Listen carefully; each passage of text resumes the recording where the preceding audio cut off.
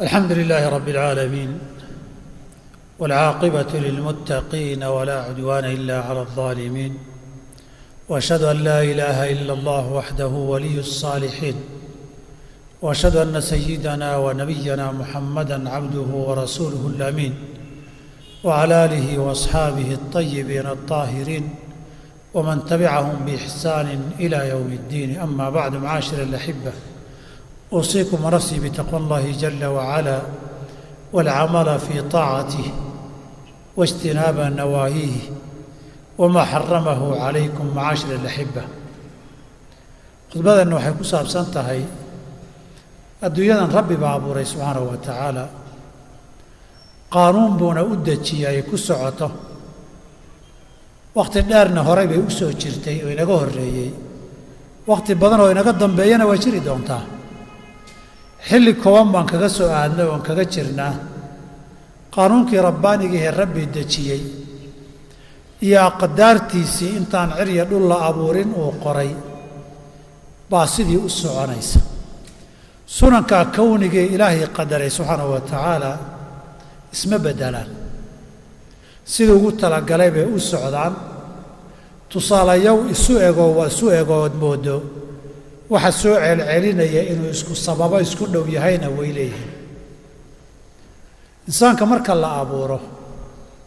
adduunyadan inuu jooga looguma talagelin,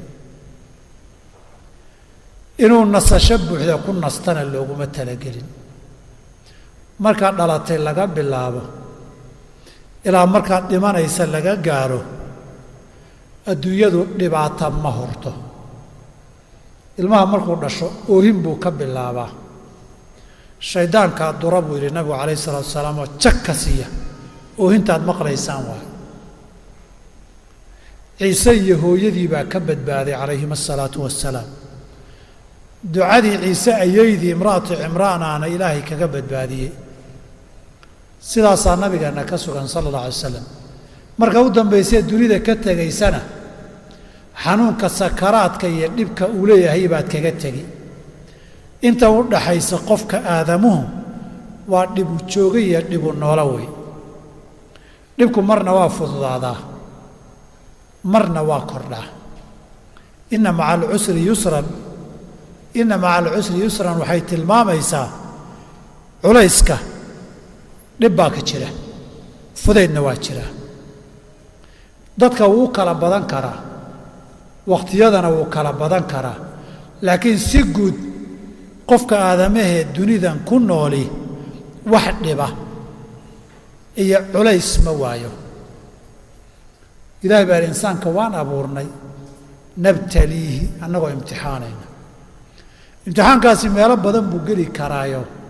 aayaadkii saddexdaa ee suuratulbaqara baa saddex arrimood laynoogu sheegaan aqrini haddaay qaybtii hore ee khudbada. imtixaanka dhacayana waa laynoo sheegoo hubaal oo ilaahay ku dhaartay inuu dhici doono, oon mari doonna si guud. waajibka laynaga rabana waa laynoo sheegay, haddaan waajibkaa fulinna waxaan helaynana waa laynoo sheegay. waxaan filayaa waqtiyada qaarkood, wakhtigan aan joogna maalmahan, inaan aayaadka isxasuusinno waa u baahanna, si guud ahaaneed, si gaar ahaaneed. innaga dadka magaaladan jooga, laba imtixaan oo aayaddu sheegtay baa immika isugu yimid, shalay iyo maanta. shalayna xoolaa la dhacay ama la waayey aan dhaho, malaayiin dollara waad ogtihiin, oo wixii ka daaya la yidhi dadka intay ka dayn waayeen baa dam laga siiyey. ma 20 malyanba, ma 40 malyanba, ma 10 malyan oo dollarba, ma naqaan. qolaba waxbay sheegaysaa oo qoraysaa. muhimmaddu hanti badan baa luntay, dad badan baa waxba haynin. saakana karantiil baa la ysku bilaabayaa. baalkii maalmahan la buunbuuninayey iyo balaayadii la sheegayey baa la xaqiijiyey inay magaalada soo gasho oy joogto, magaaladan aan joogno. iyadana khalkhal iyo cabsi bay abuurtayoo gacmaha ka daayoo lugaha isku salaamaa inugu soo socota. iyadana waa imtixaan iyo cabsi iyo caafimaad darro midna waa caafimaadki midna waa hantidii iyo xoolihii la haystay laba imtixaan waa labadii imtixaan waxay ka mid yihiin kuwan aayat albaqara ay sheegtay walanabluwannakum ilahi wuxuu yidhi waan ku dhaaranayaaye waan imtixaanaynaa imtixaan iyo dhib baad mari doontaan bishayin wax uunoo min alkhawfi cabsi ah cabsi way idin qaban doontaa adduunyadan cabsida cudurradaa laga cabsanayaa keena colaada iyo dagaallaa keena cadow lagugu salliday baa keena dabaylo iyo duufaannaa keena sababta keenta marka laga soo tagaayey cabsidu waa un cabsi la joogi waayo oo mararka qaarkood gurigii laga bixi waayo oo la shaqaysan waayo oo cibaadaad la aadi waayo oo arkaysaan maalin dhaweyto xataa kacbadii lama dawaafi karay keentay in masaajidii la tegi waayo jumcada waxaan arkaya shalatan iyo shalay fataawo ah salaada jumcada iyo jamaacada in la aada waajib maaha iyo masaajid wadamo la joojinayo laleeyahay aan la tegin waxaase igu yaab badnaa soo gelistii islaamka xataa kuwa u joojiyey dadka islaamka soo gelaya tawxiidka loo qabanaya xataa baa kuwa joojiyeen waad maqlaysaa maalmo aragteen fatwadii tunis cabsida intaa la eg ninkani qofkuu shahaadada u qabanayo yuu ka baqayaa qof halkaa fadhiya ood shahaadada u meerisay maxaa ka fudud waa ka cabsanaynaa wuu leeyahay dadkiin wax laysku taala cabsanay cabsi baa qoorta laysu gelinayaa qof cabsaday oo bixi waayey oo socon waayey safaradii oo dhan baa la kansalay dad badan oo indiya u socday waa la wada kansalay fiisooyinkii tigidhadii iyo diyaaradihii waa la wada kansalay wadamo badan baa iyagu xayndaab isku rogayoo madaxdii baa xayndaaban boqorradii baa la karantiilay cabsidaasi bishayin min alkhawfi bay ka mid tahay wax kastaba ha sababee cabsi waa la ysku imtixaanay waljuuci gaajadana waa la ysku imtixaana abaaraa dhaca xoolola'aan baa dhacda xoolola'aantaa iyo la'aantaas abaar baa sababi karta cudurraa sababi kara colaad baa sababi karta wax kasta ha sababo ummado inay gaajo ku dhacdo oy gaajo u dhintaan wax badan baynu indheheenna ku soo aragnay ama innaga baynugu dhaceen amaan aqrinay ummado ay ku dhaceen amaan dhalooyinka iyo tiifiyada ka daawannay dad u dhimanaya taana waa la ysku imtixaani maray ku soo martay iyo ciday martaba wanaqsi min alamwaali xoolahoo wax soo gaadhaan xoolihii oo isdhima qaybo lumaan xoolihii oo baabba'a iyo faqri baa la ysku imtixaani mar xoolihii baad wax kaa gata waayi markaasay iska baabi'i mid baa markab la degayaa mid baa nin la kaa xadayaa mid baa mid la gembinayaa oo la goosanayaa mid baa wax ku dhacayaa dab ka kacayaa wanaqsin min alamwaali waalanfus dadkii baa dhimanaya qaar baa cudur u dhiman qaar baa colaad u dhiman si guud bay noqon dadka qoysas gaaray ku habsan soomaalida waxay dhaheen balaayidu markay kaa maqan tahay qayrkaabay ku maqan tahay macnaa qoluun bay ku habsanaysaa oo haysaa markayna adiga ku hayn saa darteed binaqsin min alamwaali waalanfusi baa la ysku imtixaani xoolaha wax noqon ama baabii dadkaa wax noqon ama baabii cabsi baa la mari gaajaa dadka qaban qaybo ka midaynu gacanta ku haynaa in badanoo inaga mida maxaa lagaa doonayaa musiibo hadday timaado ninbaa saaka wuxuu igu lahaa xoolaha dadkaas waa laga qaatay la yidhi inta aan aqaana buu yidhi ninba ninkuu ka taxadar badnaan jiray ninba ninkuu iska ilaalin badnaa buu qoorta la galay waxaa igu yaaba badnaa buu yidhi dhowr sano nimaan lacag u hayay 5 sano aan lacag u haynay ammaana ahaan ugu haynay baa khamiis naga qaatay buu ilaa willa waxaa ku yidhi war waxbaa la sheegayaa maa ka days mayuu yidhi buu yidhi wax badan maa habsaamay axaddiina dadkii waa la waayey khamiis iyo axad maxaa u dhexeeya jimciya sabti waa u dhexaysa qadarku marka ilaahay qadaro wixii waa un lagu halmaansiin adkaar haddaad akhrisan jirtay waa lagu halmaansiin marka gaariga kaa horeeya qadaranta inaad gaariga wata ku dhacdo gaarigii oo kuu dhown baad moodi meel fog inuu marayo qabta baad ka warheli adigana qadarku markuu dhaco marka hore taxadar baa la isfaray in la dadaalaa la isfaray wuxuu hadduu dhaco wabashir الصاabiriin dadka sabra u bishaare aladiina idaa asaabathum musiibaة qaaluu ina lilaahi wa ina ilayhi raajicuun markay musiibada ku dhacdo ilaahay u soo laabta ilaahay xasuusta ilahay wax walba inuu kownkan isagu qadaro oo maamulo xasuusta kadib laba sababood ugu soo laabta waa midee waxaan dhacayaay waxaa asal u ah dembi la galay khalad la galay ee aadamuhu galeen baa asal u ah wamaa asaabakum min musiibatin fabimaa kasabat aydiikum imisaan waajib dayacnaa imisaan xaaraan gallaa imisaan dad xamannaa imisaan dad wax ka sheegnaa imisaan wax xaaraana cunnaa imisaan khalad iyo dunuub iyo macaasi ku jirnaa waxaanaan musiibada dhacday dembi la galay bay ku timaadaa saas darteed inuu qofku dib isugu noqdo oo dib isu xasuusto oo ilaahay xasuusto oo dunuubtiisii ka towbad keeno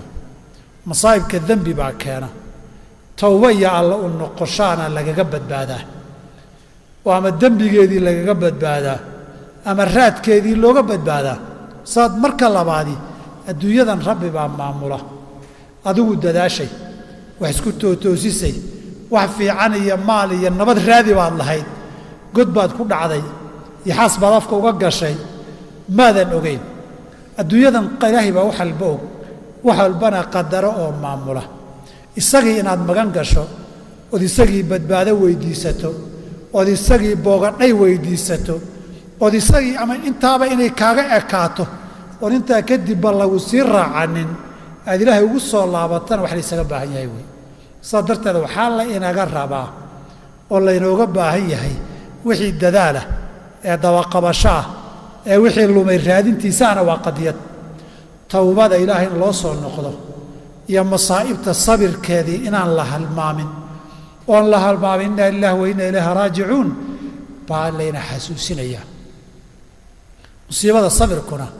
markaad taag weydeed wax walba intaad ku hadasho wax walba samayso aad marka dambe sabir taag waayay maaha nabigu wuxuu uhi innama asabru cinda asadmati اluulaa sabirku markay naxdinta u horaysa sadmadu waxaa la yidhahdaa kugu dhaca sadam gaadhigu markuu ku dhaco carabtu sadamatu sayaaratu ma dhaha gaadhi baa hardiyey markay musiibadu jig kaa siisay naxdinta hore leedahay ee walwalka hore leedahay ee hurdala'aanta hore leedahay eed salaaddii inaad ku khushuuci weyda leedahay markaasay u baahan tahay sabirka iyo ilaahay in la xasuusto iyo ilahay subxana wa tacala in loo soo noqdo iyo inaad dib adigu isugu noqoto oo tiraada dembi aad gashay baa jira ilaahay u laabo markaasay u baahan tahay intaa haddaynu samayno marka koobaad dembigii waxaan sababay waa laynoo dhaafayaa aakharana darajaad baa layna siinayaa adduunyada ilaahay baan ka rajaynaya subxaanahu wa tacaala inuu ciwad iyo bedel khayr qabana siiyo ulaa'ika calayhim salawaatu min rabbihim waraxma duca iyo naxariis rabbigood ka timid bay kuwaasi helayaan sabray ee rabbi u soo laabtay wa ulaa'ika hum lmuhtaduun waana dadka hanuunsan ee dariiqii xaq ahaa ee toosnaa gartay ee haleelay iyaga wey markaad ducada akhrido duco kalaa jirto ciwadka lagu helo nabig alay slam waa ka yidhi qofkii musiibo ay ku dhacdo sida geeridoo kale ee yidhaahda intuu ducadan istirjaac akhriyo ilaahayo wax ka khayr badan isiin wakhlufnii khayran minha ilah wax ka khayr badan buu siinayaa saas darteed haddaad rabto ilaahay beddel ka khayr badan inuu ku siiyo dembigii sababay dhaafo adiga iimaankii iyo hanuunkaagii iyo khayrkii iyo beledii dambana kaa hadho hanuunkii inaad ku toosnaato adabtan qaado wabashir الصaabiriin aladiina idaa asaabathum musiibaة qaluu ina lilaahi wa ina ilayhi raajicuun ulaa'ika calayhim salawaat min rabbihim waraxma wa ulaa'ika hum اlmuhtaduun